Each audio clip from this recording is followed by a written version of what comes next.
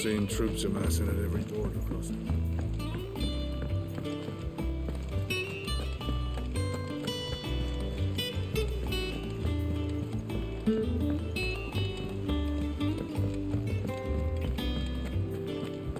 Thanks to Saint.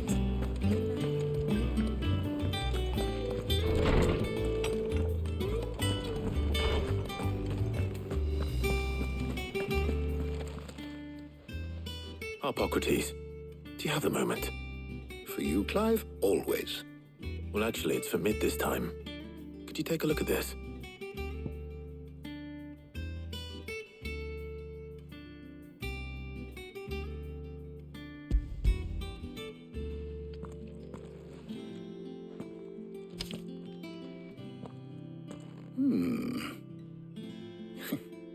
Shielding for a mithril engine? Whatever will that girl think of next? And what are these notes around the edges? She has some specific requirements for the materials. The shielding needs to be able to resist extreme heat on the inside, and yet remain cool enough on the outside not to set the ship alight, while also being light enough not to sink it. As you can imagine, she's struggling to find anything that meets her needs. I see. I wondered if you might know of a solution, or if you might be able to search the records for one. Perhaps it is not a different material she requires, but a different approach. What do you mean? Consider the lake we have made our home. Its blighted waters eat away far more quickly than fresh water or even brine, at timber and steel alike. And yet, we have made a home here from those very materials nonetheless. We have. But Bardolph must varnish every board twice over to keep it from rotting, and Obelus complains that without a constant supply of pitch. I see. Early Gregorian histories speak of a preparation known as moon dew. It is said to be able to resist even the most ferocious flames. Before the dragoons tamed the worms and wyverns of the realm, nobles would daub their castle walls with it in order to guard against dragonfire. So if we could recreate it... It might be applied to some material or other in order to provide the protection Mid requires. As to how best to apply it and to what material, perhaps Bardolph and Obelus might be of assistance. I shall speak to them and see what wisdom they might have to offer. If you would be so kind as to procure the necessary ingredients, I shall discuss the specifics of how it might be most effectively put to use with our two friends. The knowledge of the past may yet prove useful to we of the modern era. Thank you, Hippocrates. And since you're asking others to help you, perhaps I should too.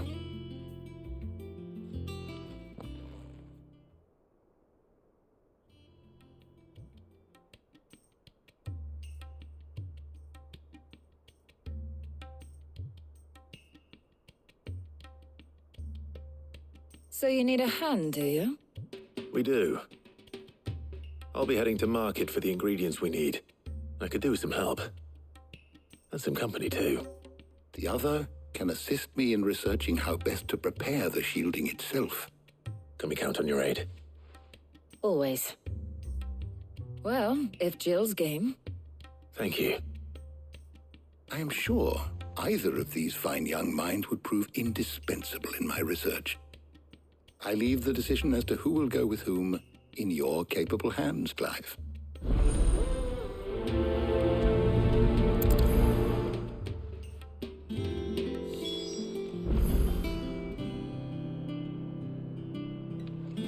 Shielding that guards against even the most ferocious flames. I could have done with some of that on Drustinus. I doubt I would have survived that place with or without it. A trip to Northreach, though, I think either of us could handle.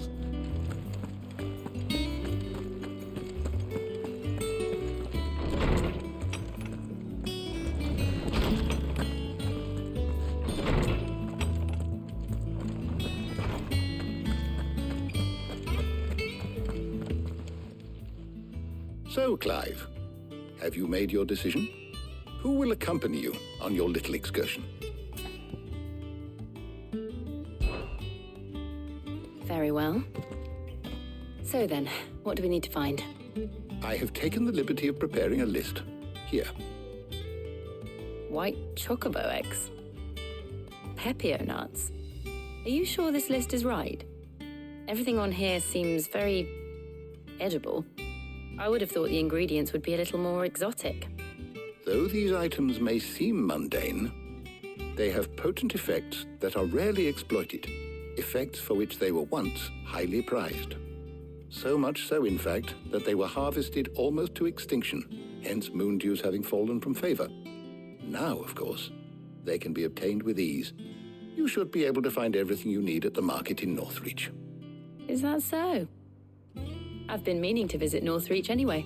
I'll set out now. Join me there when you're ready. I will. Until then. You two enjoy yourselves. You too, Talia.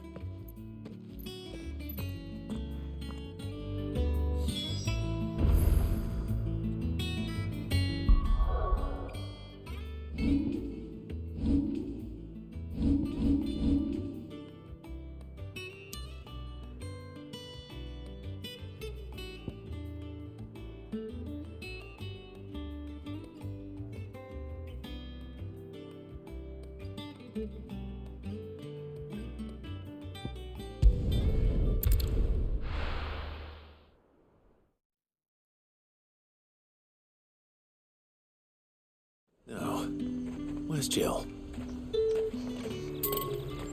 There's talk at the glass. Do you see anything you like?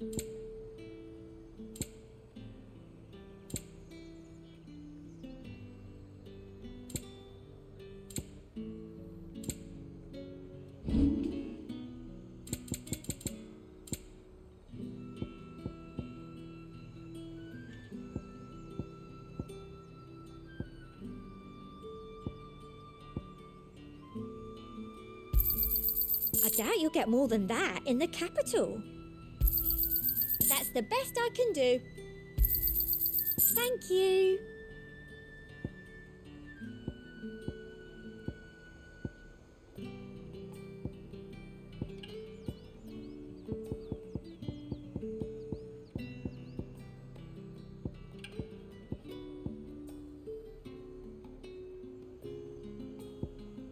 Come back again.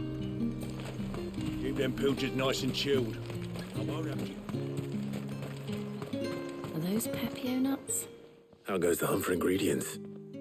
I've only just started. I'm sure everything we need is somewhere amongst all these stalls, though. Why don't we split up and see? We'll take a couple of ingredients each. All right. What am I looking for? How about you look for the Pepio nuts and some garlic? I'll find the other things we need. We can meet by the gate when we're finished.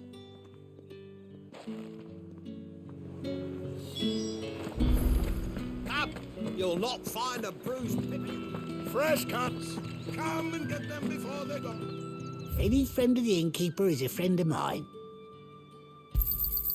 Ah, yes. Good day.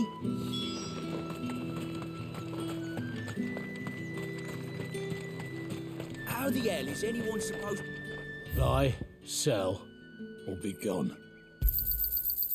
If that's what you want. Thanks for nothing. That's everything. Let's see how Jill's getting on.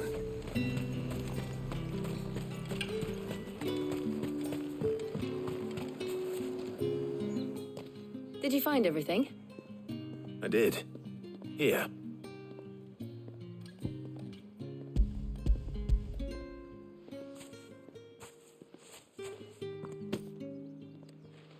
Garlic and Pepio nuts. Perfect. Now all that remains is for Harpocrates to somehow turn all this into what Mid needs to keep her engine cool.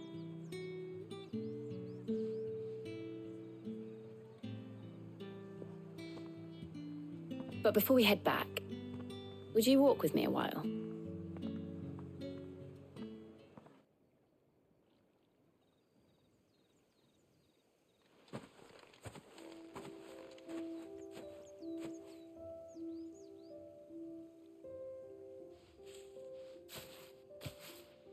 Thank you for asking me to help you today.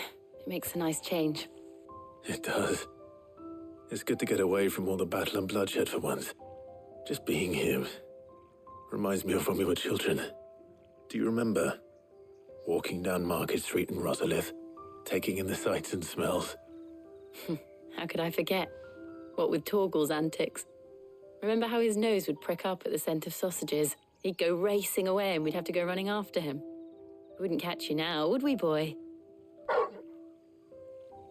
Was there anything you wanted to buy for yourself while we're here? There was, yes. Well, sort of. Molly in the kitchens told me about a place that sells particularly good pies. Thought you might like to share one with me. I would. Thank you. And I saw some bread.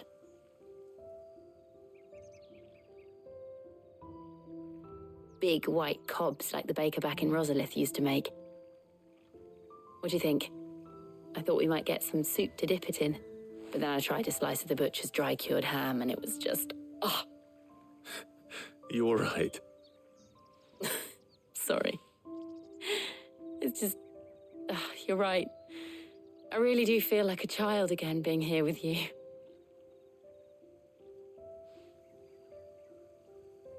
Clive. Is it wrong of me to enjoy this? No, Jill. This is how life should be. And it's how our lives will be when our work is finally done. When we can live on our own terms. I hope so. Thank you, Clive.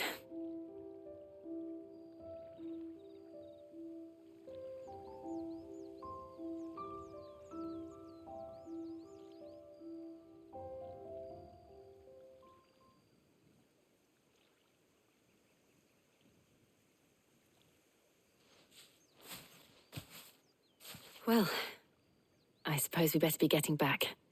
I need to give these ingredients to Harpocrates and Talia. I'll see you at the hideaway. Take care.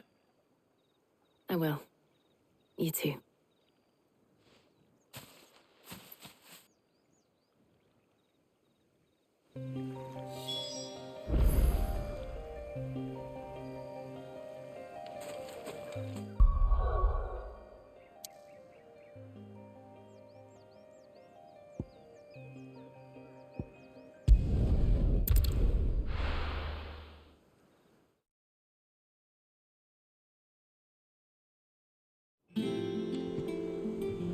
I wonder how Harpocrates is getting on with the moon dew.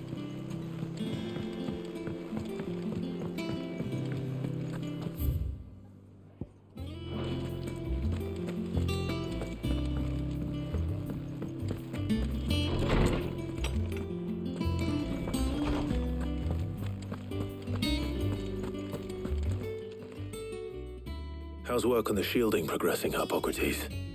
Well, very well indeed.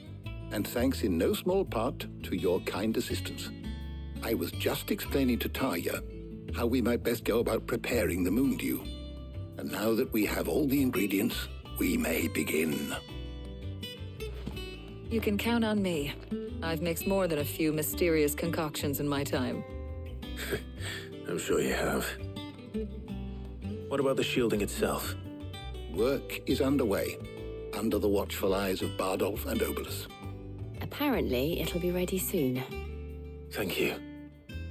All of you. Right then. Jill, would you join me in the infirmary? Many hands make light work and all that. Of course.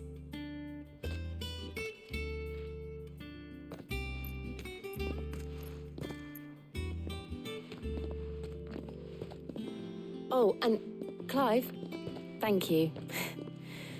It was nice just being with you.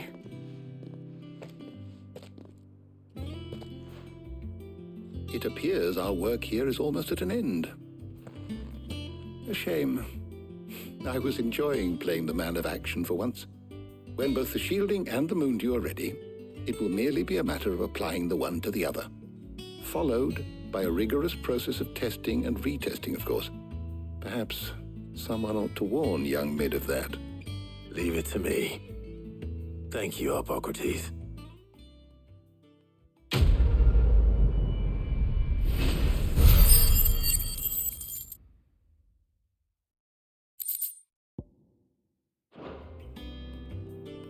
Well, I better go and give Mid the good news then.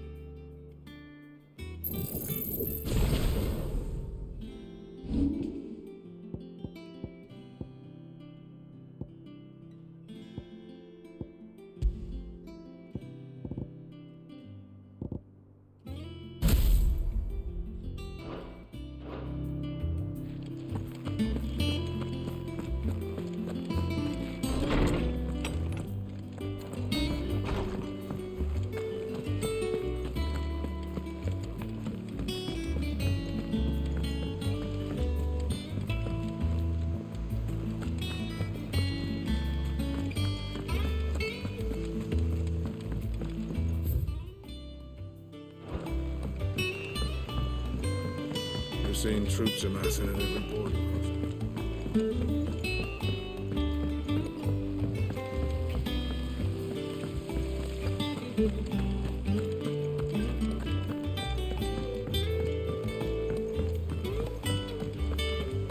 I think Mid might need some help.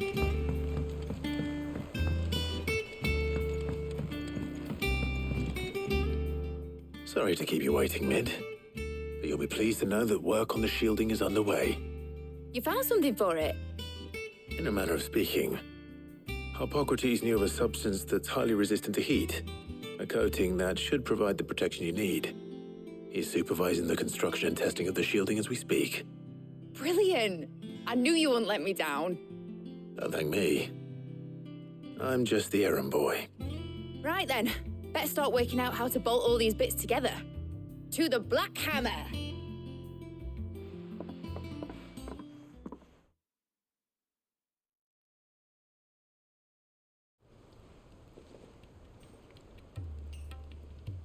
You know, when I got into the smithing game, I thought I'd be making swords and shields, not thermal bleeding didgeridoo-dahs. Displacement stacks. Same difference. Whatever you call it, I ain't putting it together in here. It's cramped enough as it is. Let's take this outside. Mid, you get all the parts lined up on the deck. I'll take care of the rest. On my way! Oh, and bring me the biggest hammer you can find. This is gonna require some precision walloping.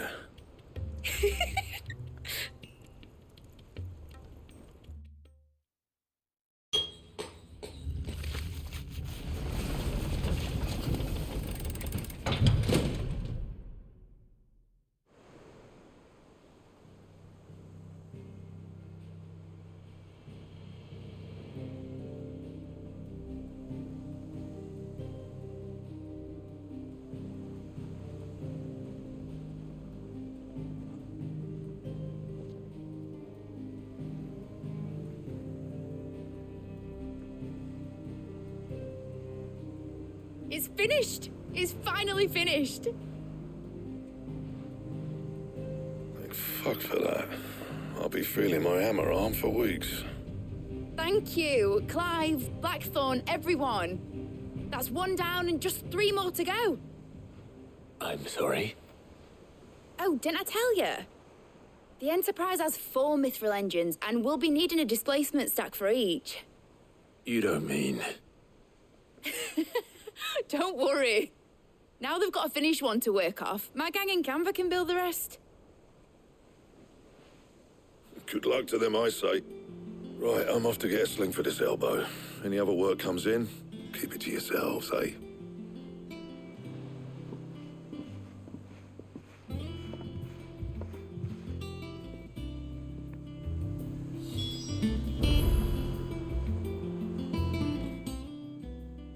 What's the matter?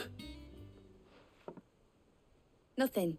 Just daydreaming. Thinking about the Enterprise sailing off over the horizon to shores unknown.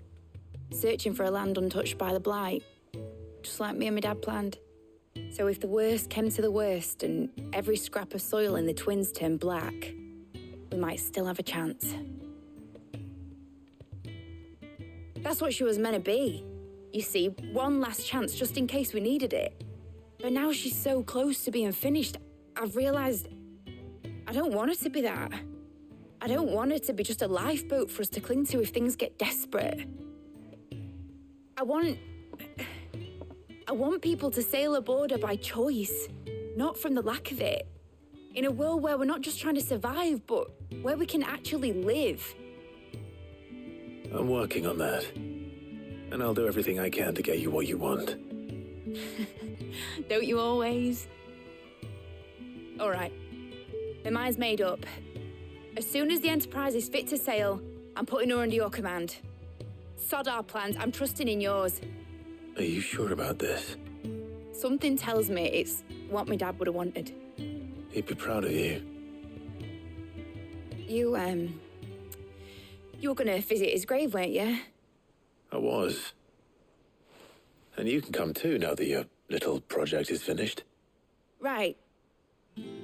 There's just one thing I need to finish up first. Won't be a mo. All right. I'll let Otto know you're coming.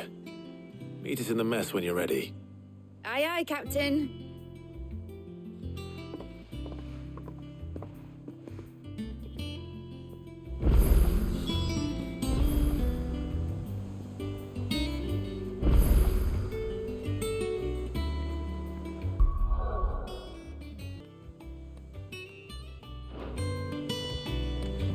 Nick told me she was building a ship.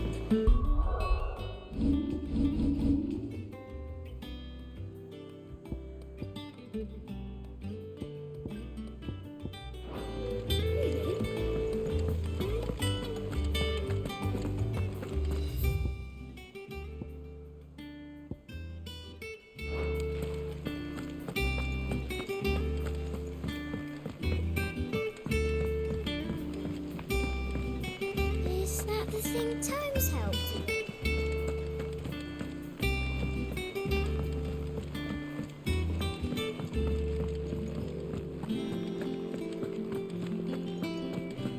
He cracked the crystal too.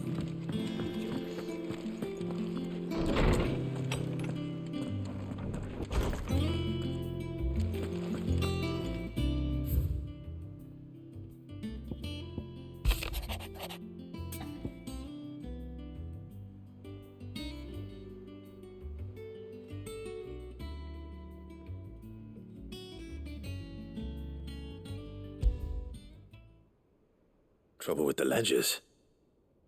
Shouldn't he be asking Otto for help?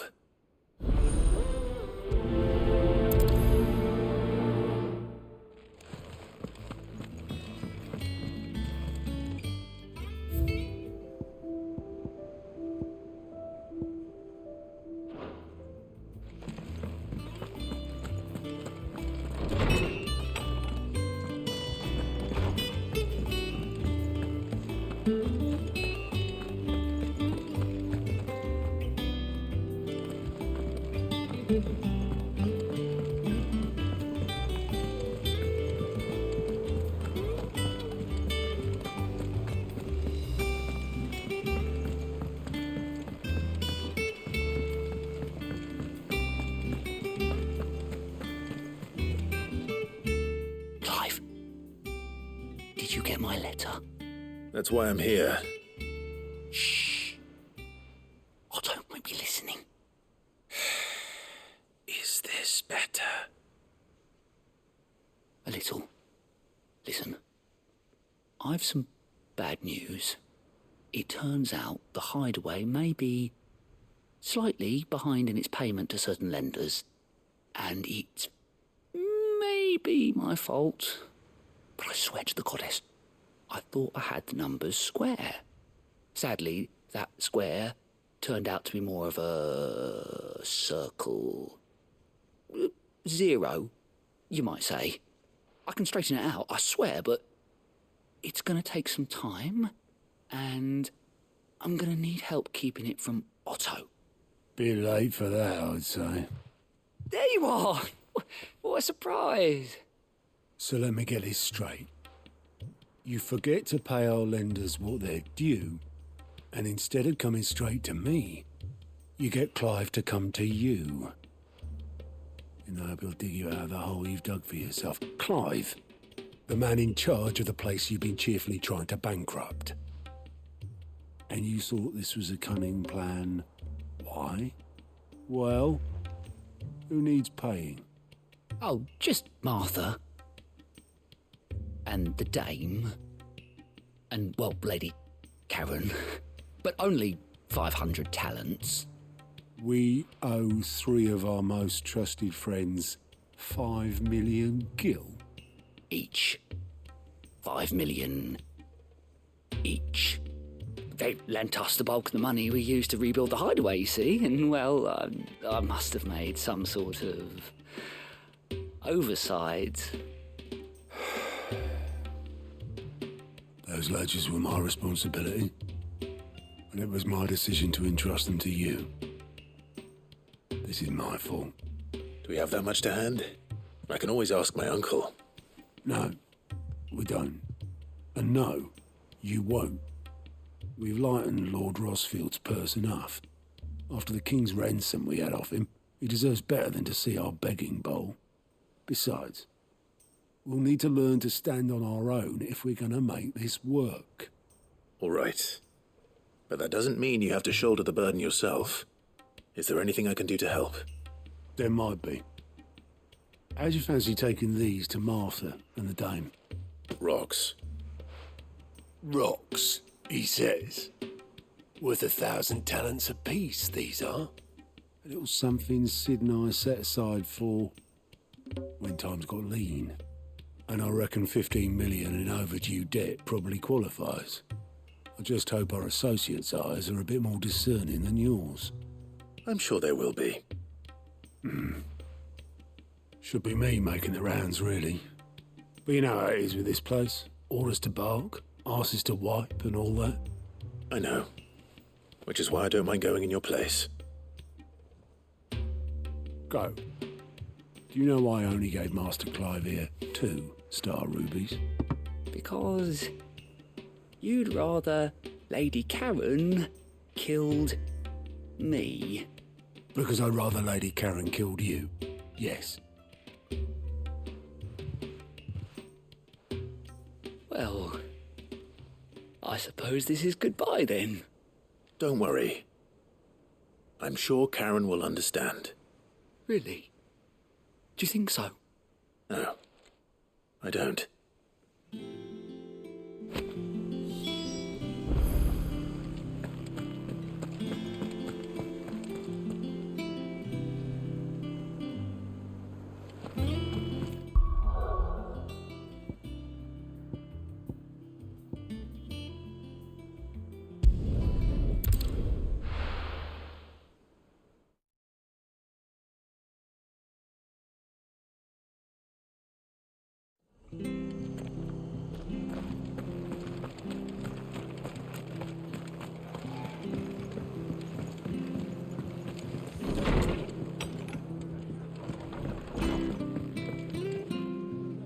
Clive, we weren't expecting you.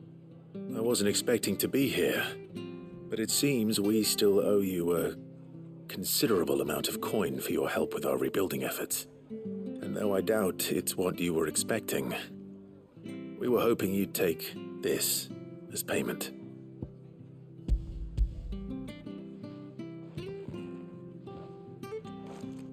A star ruby? I can't accept this.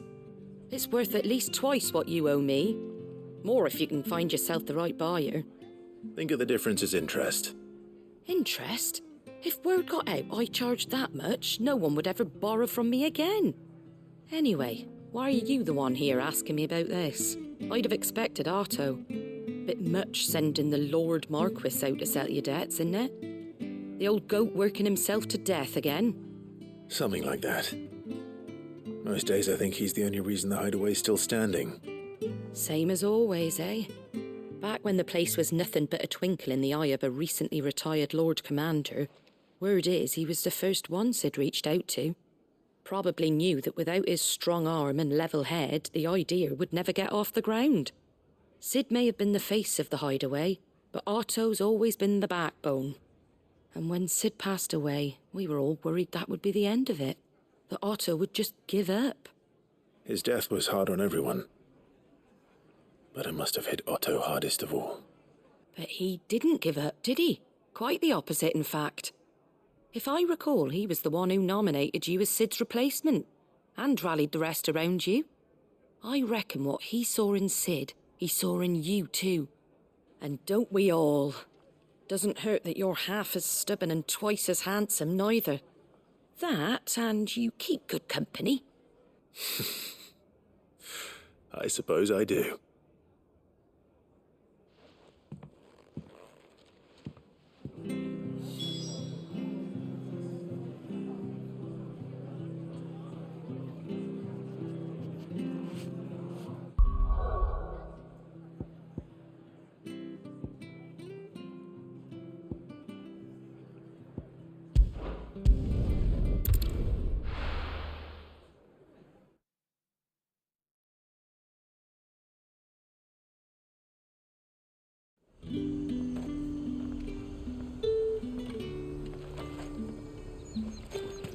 There's talk that the glass gate flood.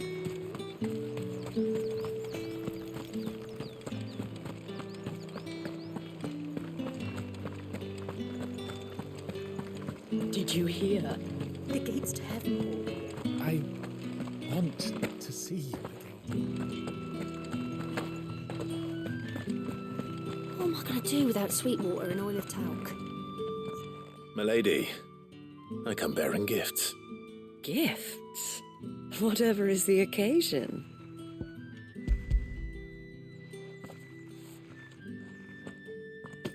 Oh my. Clive, you really have outdone yourself. Otto asked me to give it to you. To settle the hideaway's debt with the Veil. And to compensate you for the time it took us to do so. You disappoint me, Clive. I thought you might finally be warming to me. Tell Otto he can keep his baubles. I tried to tell him as much the first time around. The man owes me nothing, nor does the hideaway. My contribution to the restoration effort was made freely and willingly. It was the least I could do. You once told me Sid did you a kindness. I'd like to do the same. Please, accept it. For my sake. And for Otto's. For all of us. For all you've done. It is rather fetching, isn't it? Very well. Otto is lucky to have you, Clive. I doubt anything could ever replace his son. But you and the others at the hideaway are the closest thing he has to family. Otto had a son. Long ago, yes. Sid told me Otto lost him when he was just a boy, and blamed himself for not being able to stop it. I don't know how it happened, whether there was anything he could have done, but it was clear that it weighed heavily on him. I didn't know. How could you have? I doubt anyone did. Besides Sid, I've never met a man more keen to bear his sorrows in stoic silence. An ill habit, given that both have always been surrounded by friends desperate to help them. I'm beginning to see that.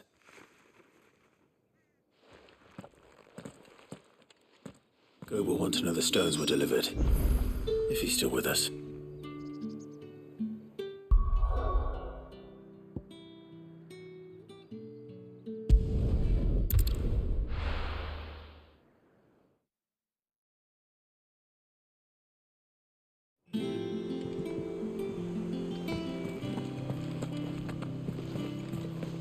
Is that the thing Tomes helped you with? Mid told me she was building a ship.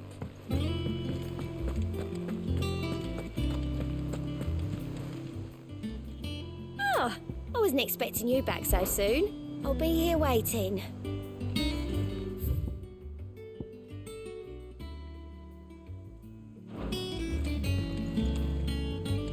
Goat.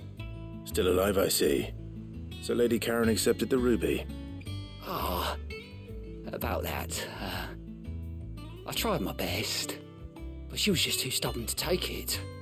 She threw it right back in my face, in fact, and told me I could stick my stupid stone where the sun don't shine. Karen refused payment. I hope it wasn't something I said. I'm sure you were as tactful as ever. Let me see what I can do. Oh, wonderful. I hope you have better luck than I did.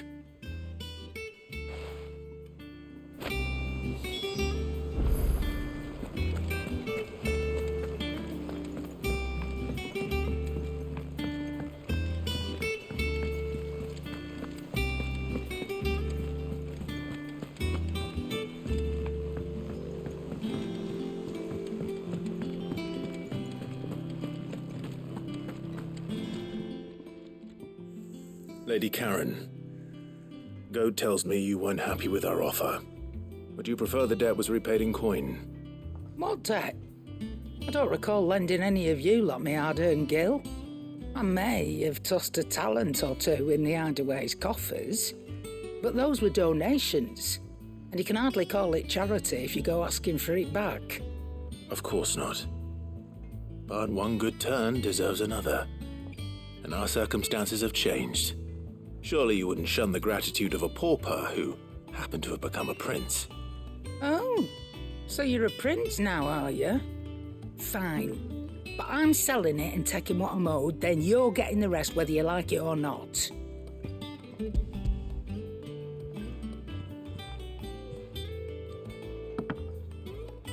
Where'd you even get this? A decent trader might nab 1,000 talents for a star ruby. A canny one, meanwhile, might claim it were nicked from the belt of Sid the Outlaw himself and ask twice as much. Might be I already have a buyer in mind. Might be you even know her. The fine continental maid whose beauty's only eclipsed by a guile in commerce. You wouldn't mind, would you? Not at all. Just be sure to tell her that it's always a pleasure doing business.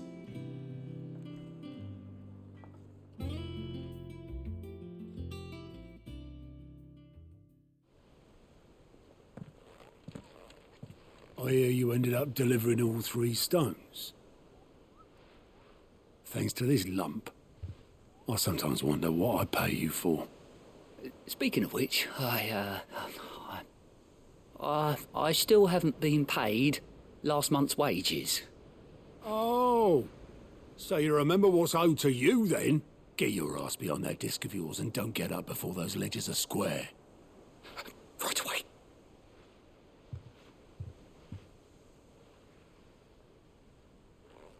I've seen that before. Yeah. Plenty of times. It was the only goblet Sid ever used, either out of habit or because the filthy sod couldn't be bothered to find a clean one. I knew so little about him. Like most people. Martha and the Dame both seem to have fond memories of him. I bet they do. How long did you know Sid before he... Before he died? 20 summers, give or take. Back in the day, I was a purser on a trade ship, which is where I met him. He bought passage to... I forget where. But having nothing better to do on the long nights, we'd sit up drinking island rum till the morning bell dragged me back to my duties. Quit my post not long after that, on account of making a fine maiden's belly fat. But me and Sid stayed close, promising we'd one day sail the seas again. That was before fate stepped in and said she was having none of it. The magic woke inside my son soon after his first name day, and there was no hiding his knack. Couldn't you and your family have... My family were the ones who summoned the constable, wanted the monster taken away. I couldn't turn my back on him. Forget what I felt, and I couldn't for the life of me understand how they could. Luckily, Sid was of the same mind as me. It was him who stood beside me when all I wanted was to tear the whole world down. Him who cried for me when I had no tears left of my own.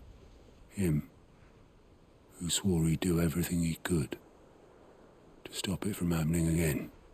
And he was true to his word, too. Left the Royal Army once and for all. His ranks, his ribbons, gone. Just like that. Threw away everything he had. All to right a wrong that no one else had the courage to face.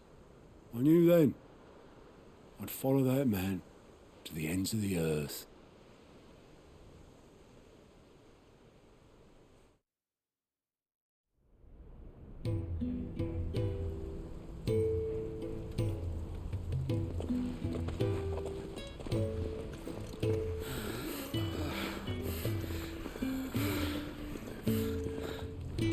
He was always too clever for his own good, was Sid. Saw the world for what it really was, while the rest of us were content to go along with the lie we were shown. And it can't have been easy, bearing that burden alone.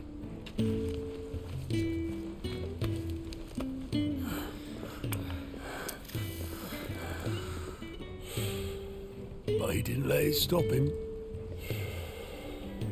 He never lost faith in what he believed was right.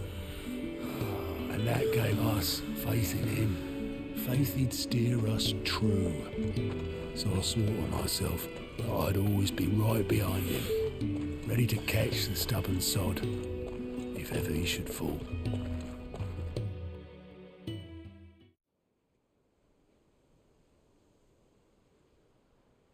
But I couldn't even do that.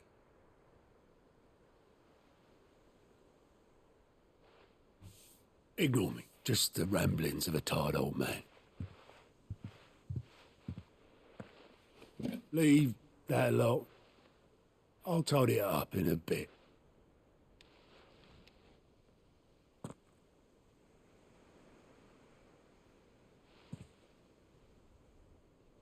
This is Sid's handwriting.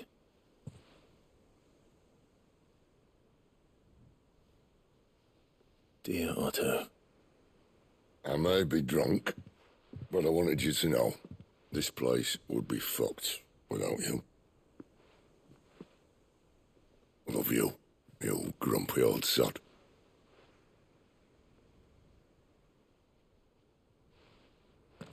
This note. What about it? Sid was right. Without you, we'd all be lost.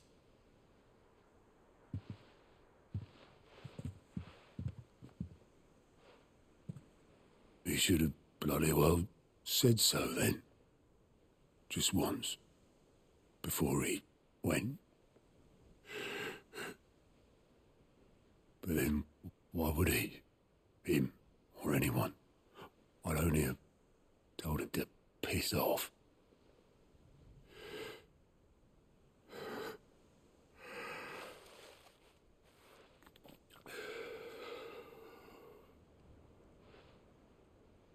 You're wrong, though. Both of you. It was never just me keeping the hideaway afloat. It was all of us. I just shoved people in the right direction, and I barely seem to be able to do that anymore.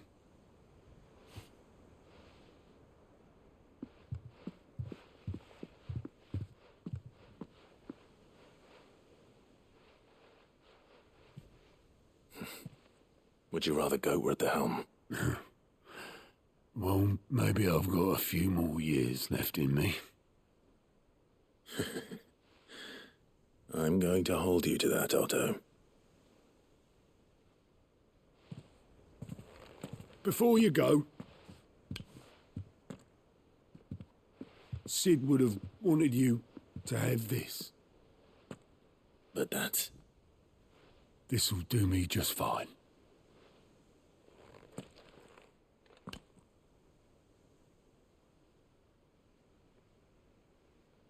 Thanks for the ray of sunshine. I'll see if I can't pay you back. Already have.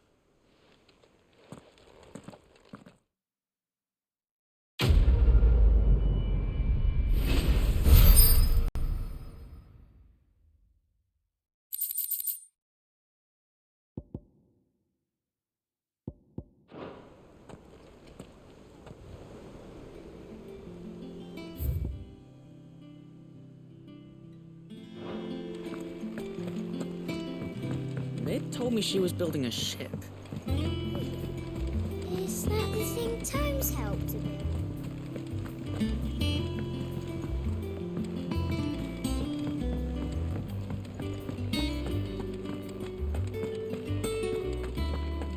He cracked the crystal too.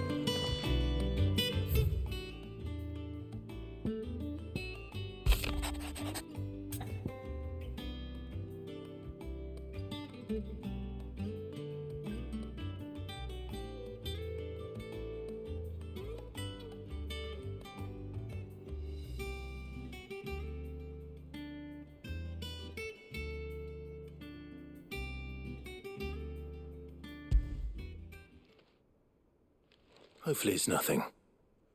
But I should speak to Blackthorn just in case.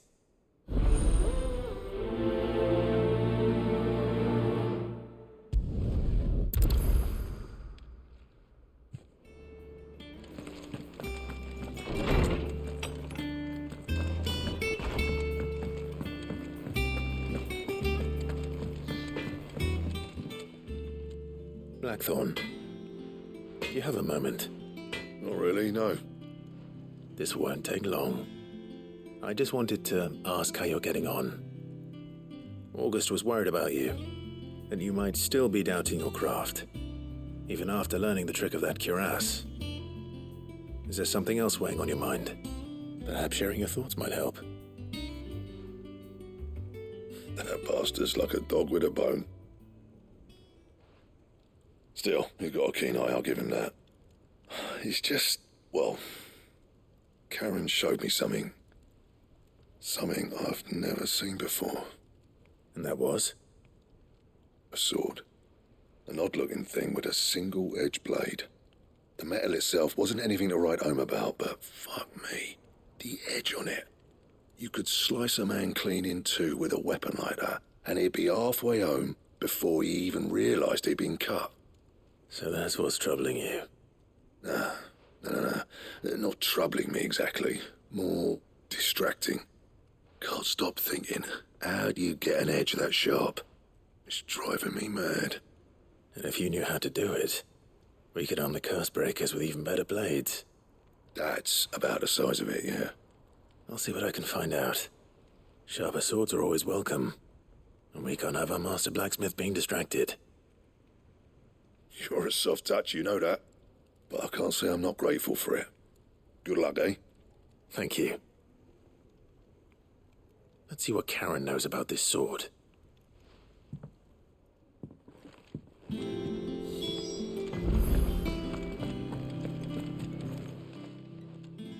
You're looking well, Karen. What do you want? Out with it. I want to know about the sword you showed Blackthorn. Single-edged and extremely sharp. Running around after him again, are you? I suppose I am, yes. But I need to help him find out how to work an edge like that. It's driving him to distraction. Little wonder, I suppose. There's not many like that make it as far as the twins, and those that do go straight into private collections, which made it nice and easy finding a buyer. Can you tell me who bought it? Where is it now? You think I tell people who my clients are? Suppose you're not likely to go nicking him off me, are you now? Fine. If you stop mooning at me like that. Lord Ignac's the man you want. Dalmekian bloke. Collects weapons and the like. And he's got more money than sense, which is why he's one of my favourite clients. Reckon he'll still be at the inn in Dalamil, where I left him. Thank you, Karen. Oh, and he's a touch eccentric, if you take my meaning. I appreciate the warning.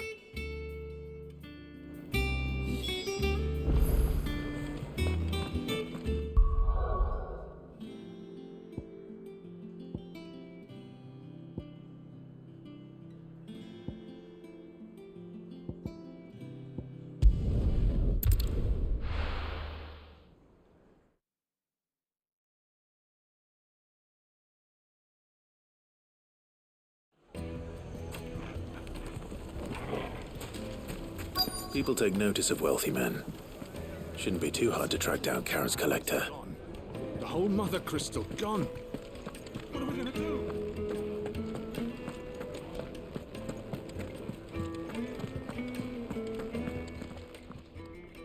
My reputation will be ruined! Ruined! Calm yourself, Lord Ignac, I beg of you, before you do yourself a mischief. Pardon the intrusion, but... Out! Get out! I paid for these rooms so I wouldn't be disturbed. Leave me be! Please, allow me to apologize. His lordship is going through a difficult time, and he's never been fond of guests arriving unannounced. Radim! Get rid of the filthy oaf this instant! Very good, Lord Ignac. Would you mind stepping outside for a moment?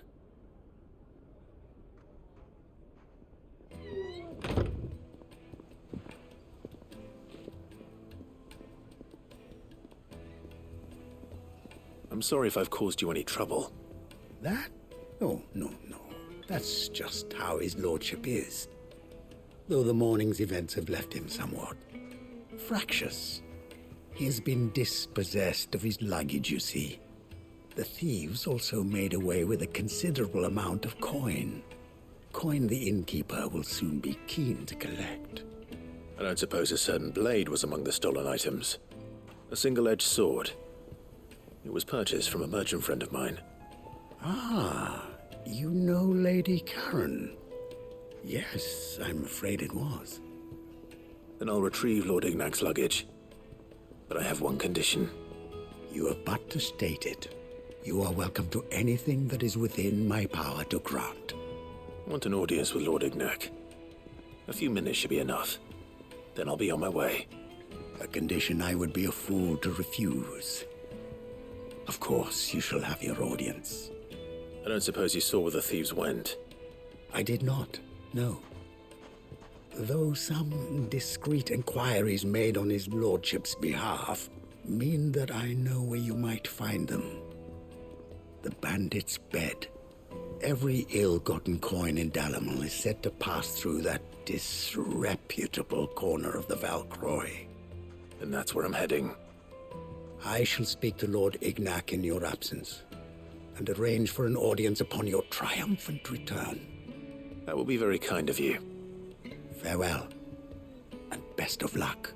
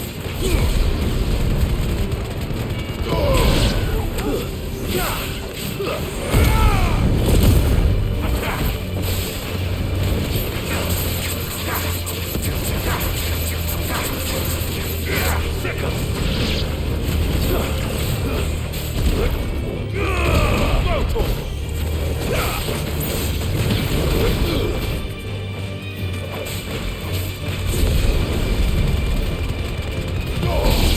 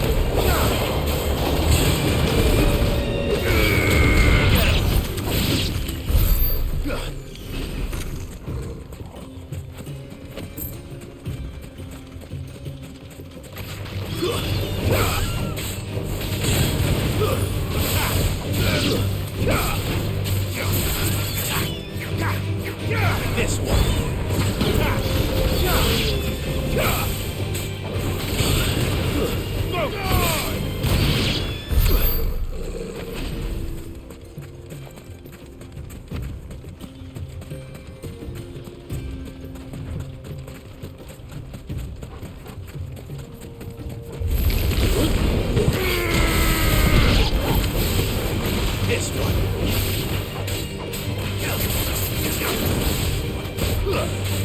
This one.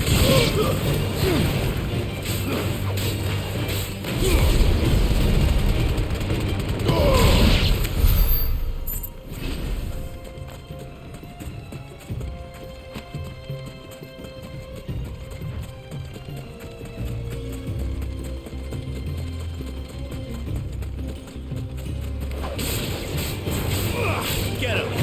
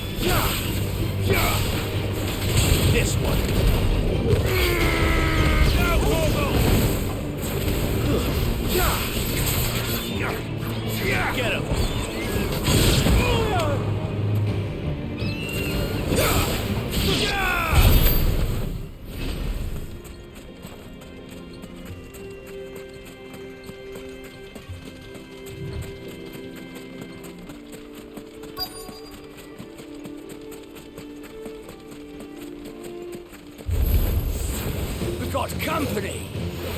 Come on, lads, let's tear the bastard's head off!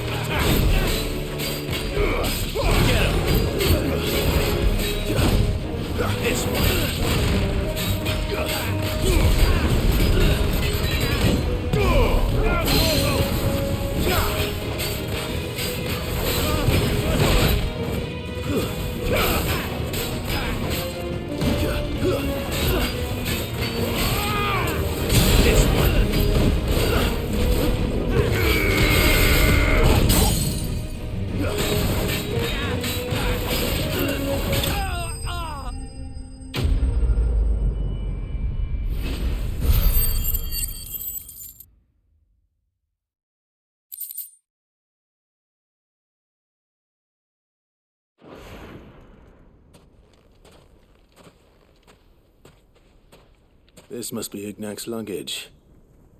Nothing seems to be damaged. All right. Let's get it back to Delamil.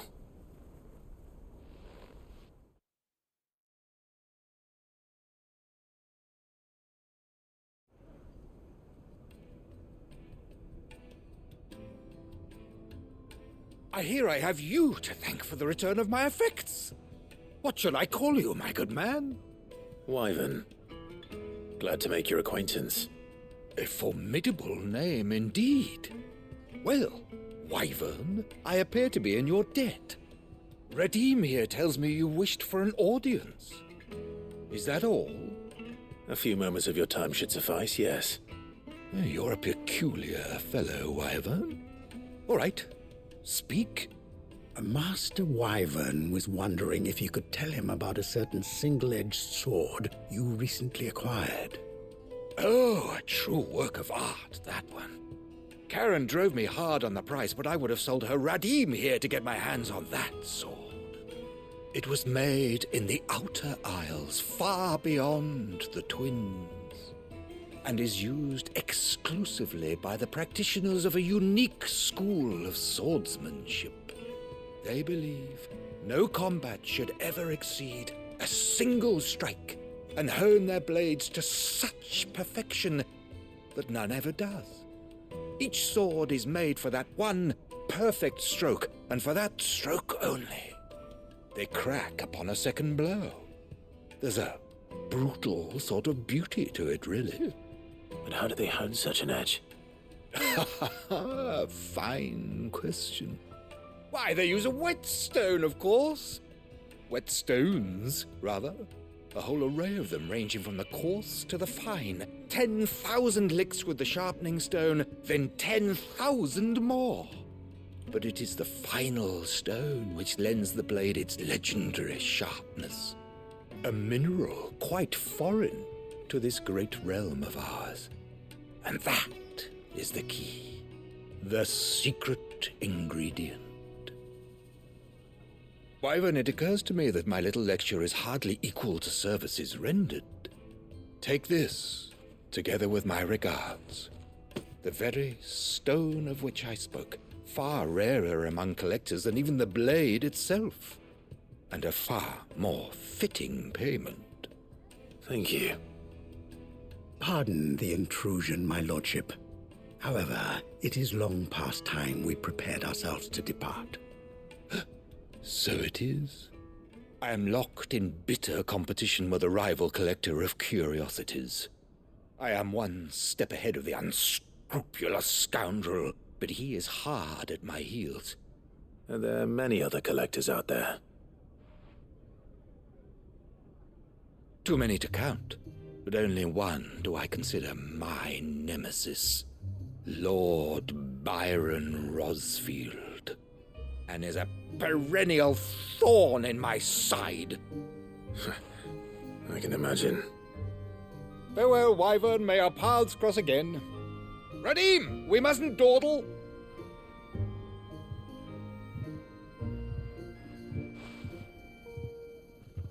I think his lordship is rather taken with you, Master Wyvern. Thank you again for your assistance. Coming, my lordship. I'll be right there.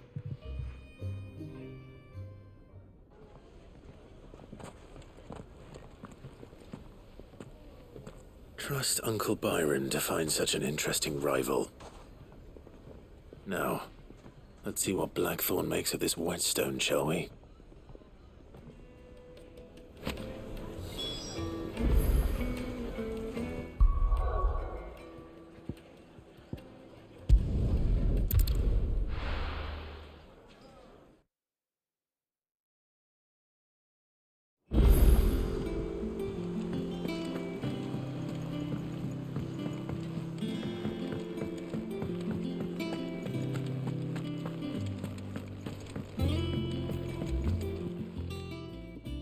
Sorry for the wait, but hopefully you'll agree it was worth it. You learned something about that sword then? I did better than that.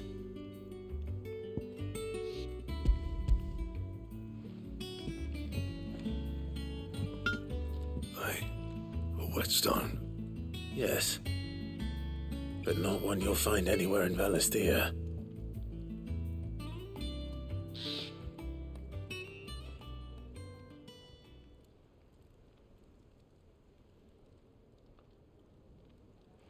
No wonder I couldn't get the same finish on the grinding wheel. One hit and all done, eh? Might not be so bad if all you ever fought were duels. Good luck on the battlefield. Your second opponent would be your last, no matter how good you were. Even so, is there some way it could be used to give the Cursebreakers an edge? I think so, yeah. With this whetstone and the right kind of steel, I could probably even make a twin of the blade that rattled me. But there'd be no replacing this little rock once I worn it down to a sliver. I reckon we get a dozen swords from it, if that. Swords that the Cursebreakers wouldn't know how to wield properly, and that would see them through a single fire piece. Nah, no point trying to copy that thing. Be about as much use as a wax anvil. But finishing our blades with a whetstone this fine, now that's something to consider. And what's finer than fallen masonry, eh? Or more hard-wearing, for that matter. Just imagine it. Good Valisthean steel with an edge as sharp as any found in the Outer Isles. I won't make a copy, nah. I'll make something much better. I'm sure the Cursebreakers will be delighted. Just don't push yourself too hard. Don't you worry about me, sunshine. I've been working day and night since I was half your age, and I'll still be here when you're long gone. Hey, thanks, Clive. I mean it. I owe you one, August too. It's good to know someone's looking out for me. He'll be happy to hear you said that. And I'll see that my debt to you's paid. First new blade I make's got your name on it.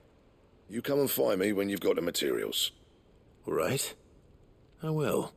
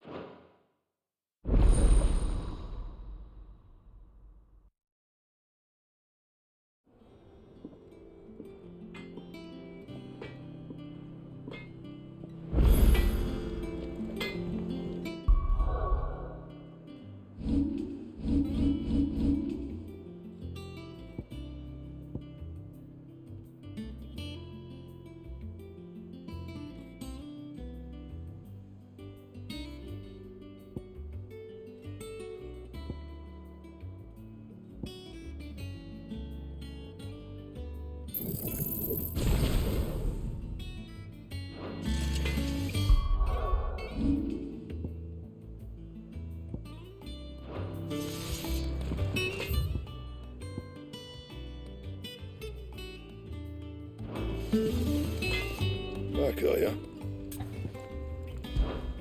What do you want?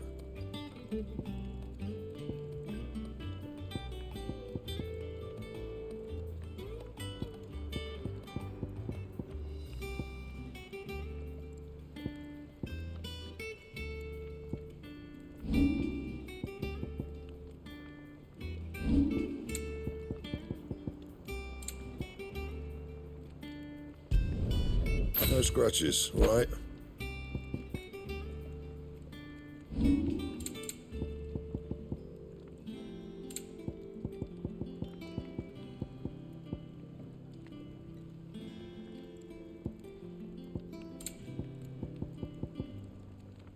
That it? Fine.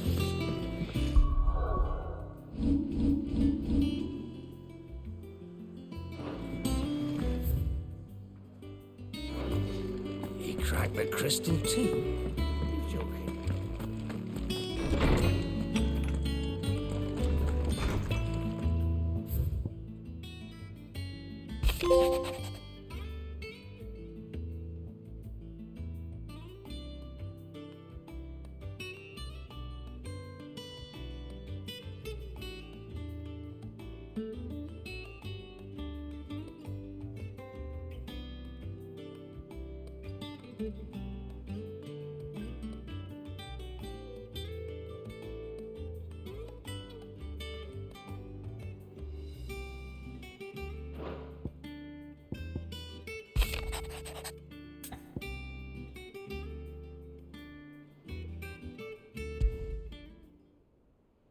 What could be wrong with Torgor? He seemed well enough when I last saw him.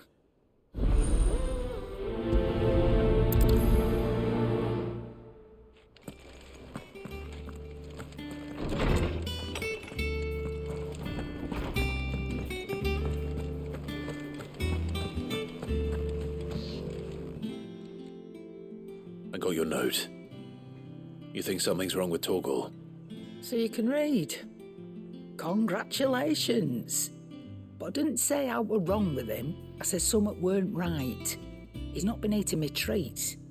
He used to love cracking the bones from Molly's boiled brown, but now he won't so much as look at them. Didn't like him, which is why I'm of a mind that his mind's on something else. You've not been working him too hard, have you? No harder than usual. Is that it, boy? Do you need a rest?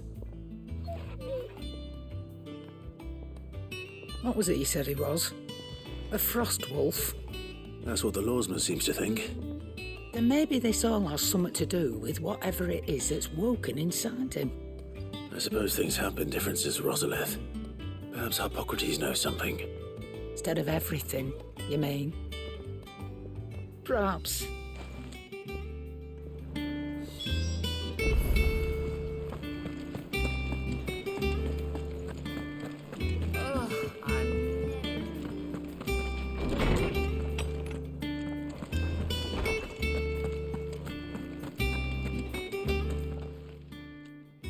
Lawsman, I need to ask you about Torgor.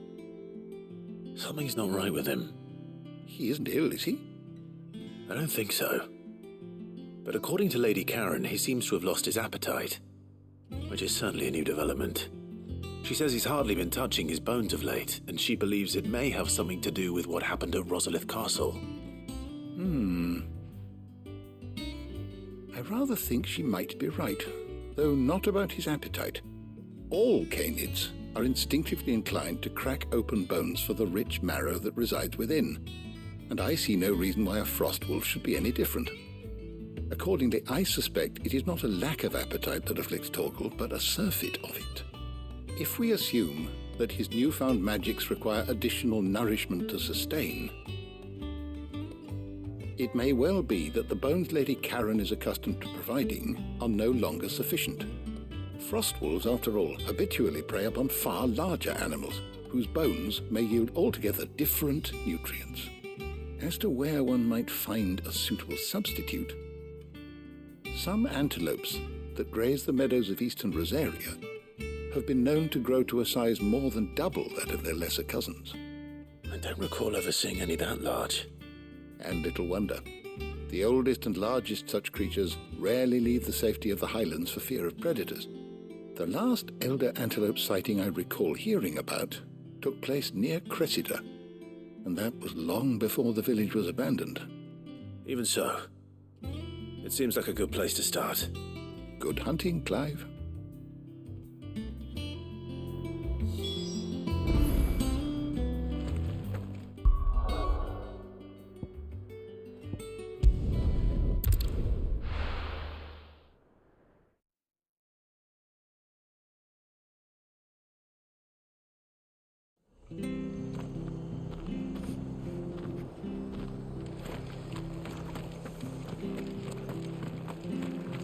She had a man of Grieger mopping their...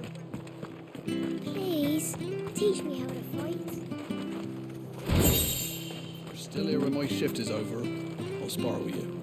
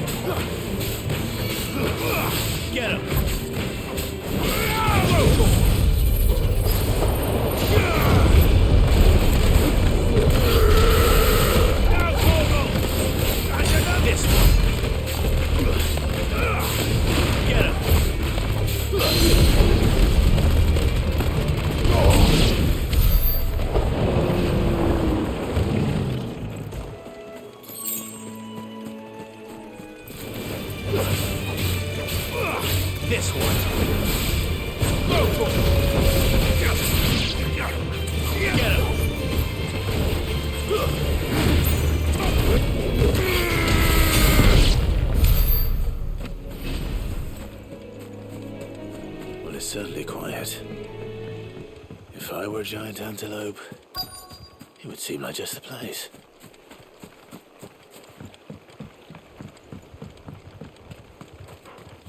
I doubt we'll find one bigger than that.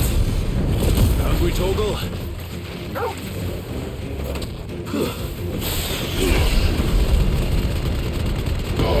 Torgal, kill! Sick him!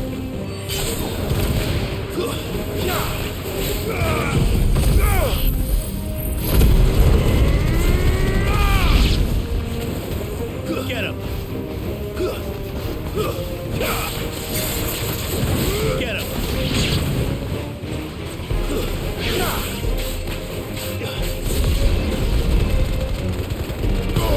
Torgal, kill! Go, Torgal! Over here!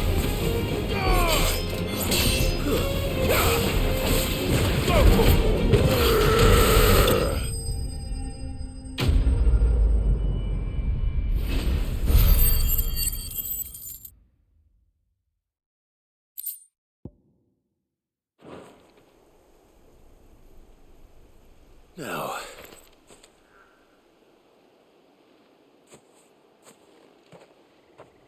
will it be enough, I wonder?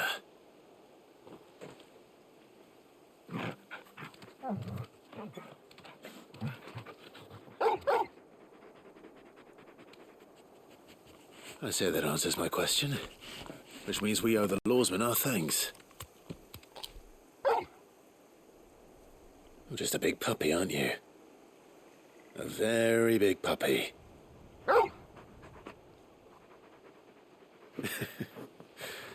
You do know you can take that with you, Torgal. Lady Karen will be relieved to hear you've got your appetite back. Come on, boy.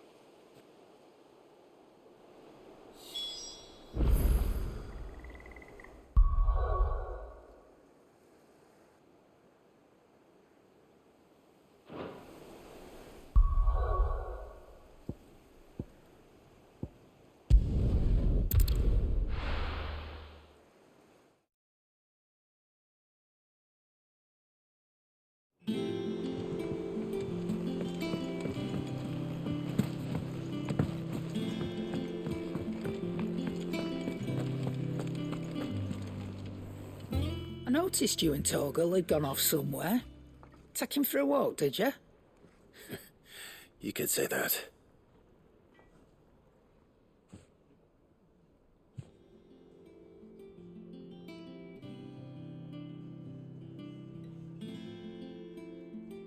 So, Molly's leftovers weren't good enough, eh? That'll teach me for treating you like you're still a pup. All right, no need to shout. Now we know what you're after, I can see about getting some in. Speaking of which, I brought one for later. Can I leave it with you?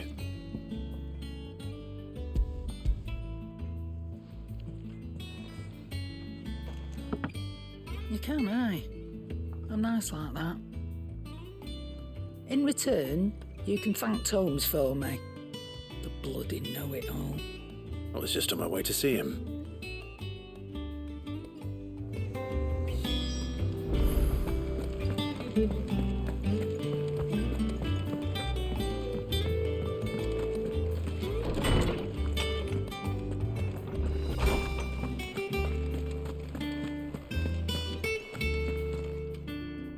Ah, Clive. Were you able to locate your quarry? We were indeed, Lawsman. You pointed us in exactly the right direction. And Torgal's been a very happy hound ever since. Very good, very good. Lady Karen sends her thanks, by the way, for your part in solving the mystery. Ah. But that reminds me. After your last visit, I found myself pondering Torgal's talents. Do you recall our conversation concerning Lady Jill's role in Torgal's transformation? About how she somehow woke the power within him. Precisely that. A reasonable conclusion, I thought, but one which raised certain questions in my mind. You see, the Fenrir of legend served Shiva and Shiva alone, and while the powers attributed to him are certainly impressive, the records imply they are somewhat different in nature to those you described Torgal as having used. What are you suggesting? That Torgal may be the beneficiary of more than one icon's power. Consider that in addition to Lady Jill, he has served as a loyal companion to you, your brother, and even the late Cid. In short, the icons hitherto near at hand, or should I say at paw, have been diverse and plenty, and that number has only grown as the realm's dominance have fallen to your sword. One can but speculate as to how all of this has affected Torgal. He has seemed more fierce of late. And if I am not mistaken, he will grow fiercer still. We are fortunate indeed to be able to count him amongst our allies and not our adversaries. Oh, he's more than an ally. He's a friend.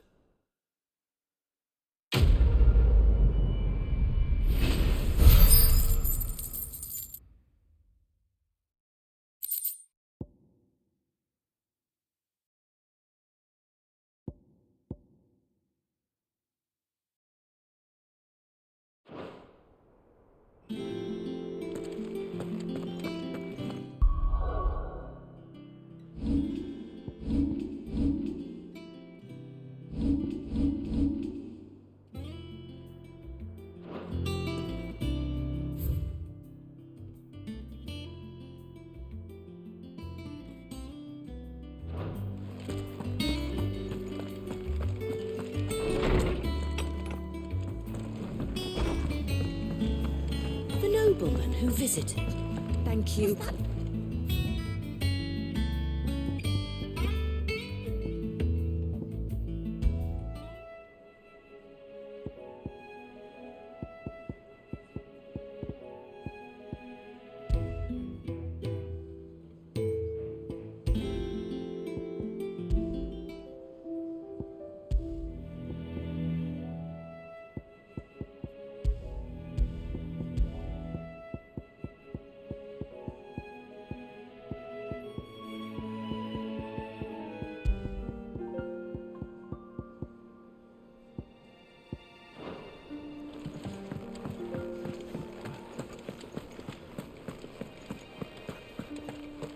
Crack the crystal too?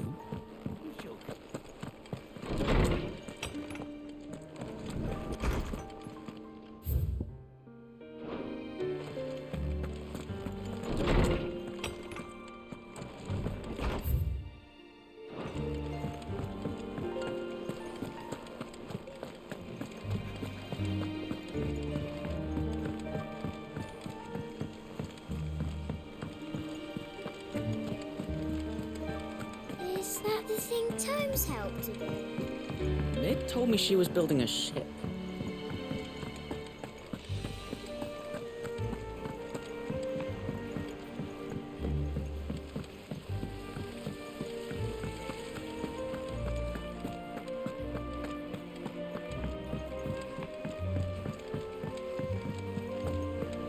I think Mid might need some help.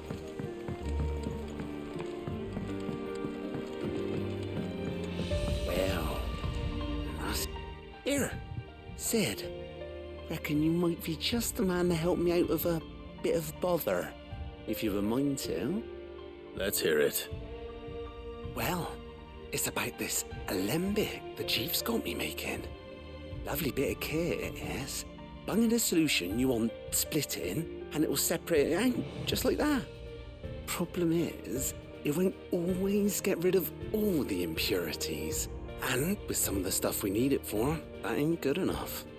Which is why I've been looking for something to filter the liquid we'll be cooking off.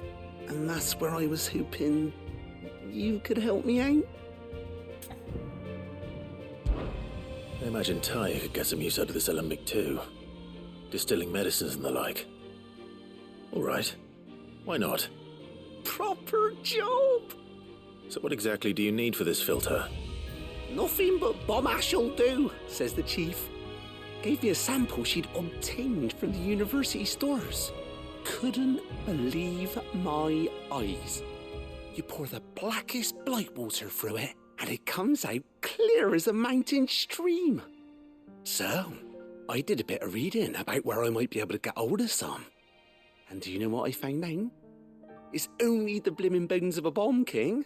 They leave them behind when they die, see? I take it that's where I come in. If you wouldn't mind. I saw a billet on the hunt board for one just the other day. Would have gone myself, but, well, fighting dirty great balls of flame isn't exactly my forte. You, on the other hand... All right. I'll see what I can do. Thank you kindly. And a good hunting, eh?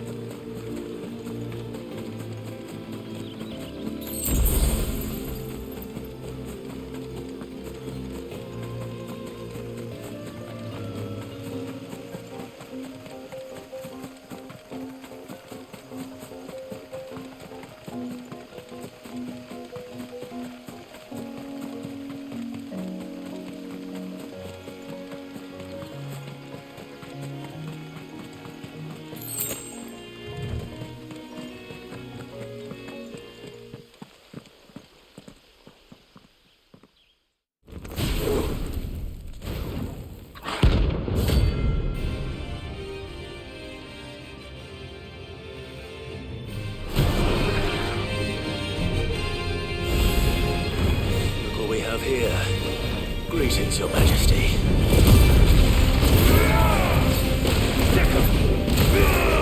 Over here!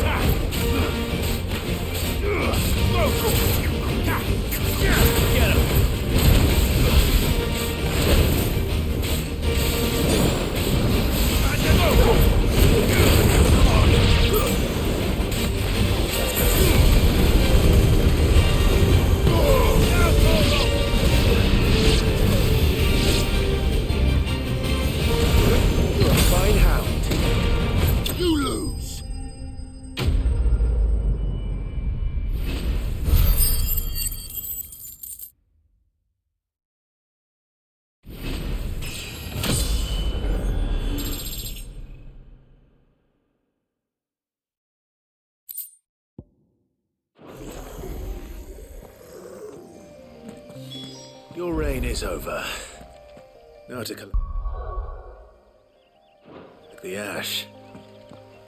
I should probably have brought a bucket.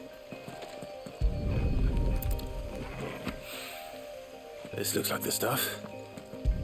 Let's see if there's any more.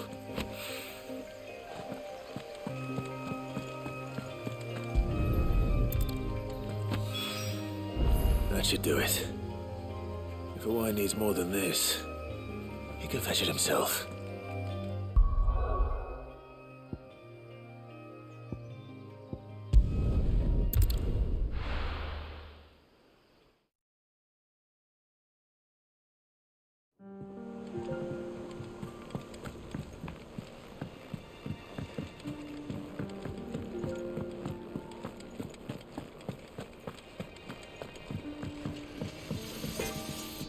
Back, are ya? What do you want? No scratches, all right?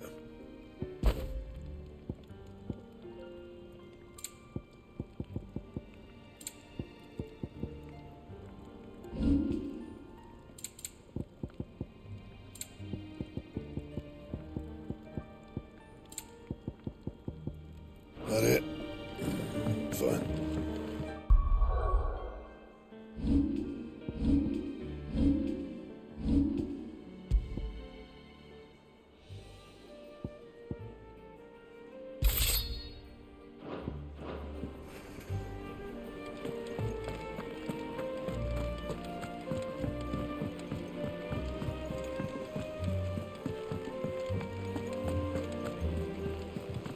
Is that the thing Tomes helped to build? Mid told me she was building a ship.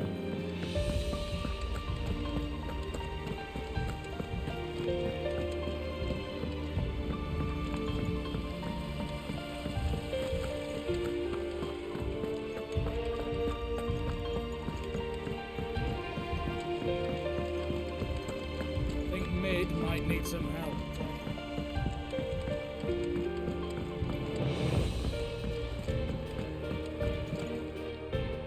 All right there, Sid? How's that hunt for the bomb ash going? I have it here.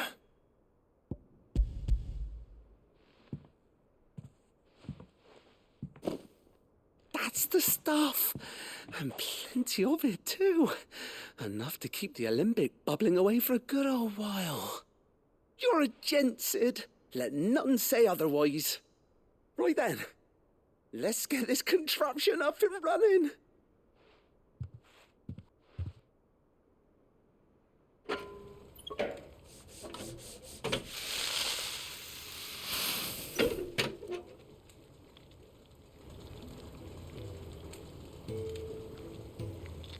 There we have it. The Telemon Alembic. And it works just like the chief said it would. Very impressive. Says the man who cut down a burning boulder. Speaking of which, I still haven't returned the favour. There's no need. The good it will do for the hideaway is reward enough. Don't be silly. Why don't you let me take a look at that bag of yours? The one you keep your potions in. Reckon I could work some magic on that. What kind of magic? Well, we happen to have isolated a substance in our test run of the Alembic that I reckon will make even the toughest leather supple as anything. Thought we might use it to breathe new life into old boots and the like. Save the hideaway a few gil. But I reckon if we slap a bit on your bag, it'll loosen it up enough for you to squeeze in a bottle or two more. Well, it can't hurt to try, I suppose. That's the spirit. Leave it with me. I'll only be a mo.